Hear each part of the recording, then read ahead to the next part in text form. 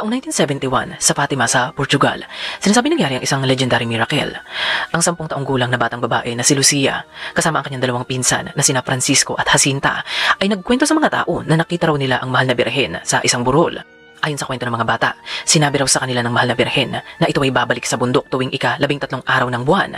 At sa paparating na October 13, muli raw babalik ang birhen at magpapamalas ito ng himala upang patunayan na siya ang tunay na Virgin Mary. Ngayon mga ka-LE, dahil itinuturing na patron goddess ng Fatima ang Virgin Mary, sineryoso ng mga residente ang sinabi ng mga bata. At di nagtagal, kumalat na sa buong Portugal ang kwento na paparating na ang birhen at ang mga tao ay naghanda sa napipintong himala. Ngayon mga ka-LE, nang dumating na ang itinakdang araw, sinasabing higit sa 70,000 katao ang nagpunta sa sinasabing burol at inantay nila ang himalang ipapamalas ng mahal na birhen.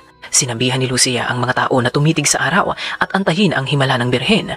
Ngayon mga ka-LE, ilang saglit pa, nangyari na nga ang sinasabing himala. Ayon sa kwento, ang araw daw ay nagbago-bago at nagpalit-palit ng posisyon. Ito ay nawasak at bumagsak papalapit sa mga tao. At nang patanaw ng lahat ang pabagsak na bolang apoy, biglang natapos ang himala.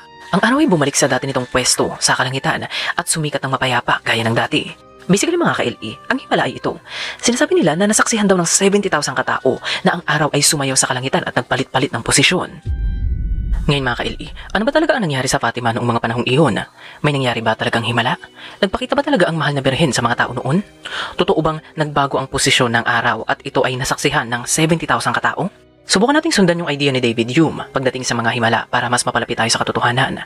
Ang paggalaw ng araw o ang pagbabago ng posisyon nito ay isang malaking bahagi ng kwento, kaya makakatulong ang ating kaalaman sa structure ng solar system sa bagay na ito.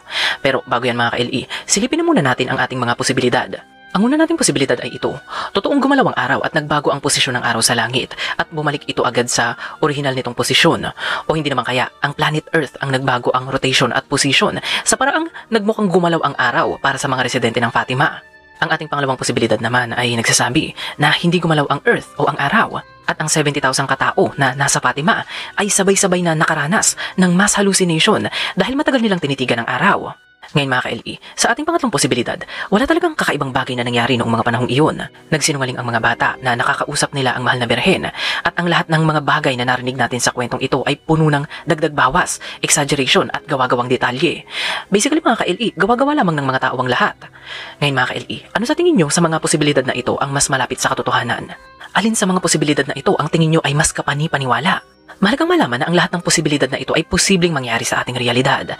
Pero ang ating hinahanap sa mga ito ay ang pinakamalapit sa katotohanan na posibleng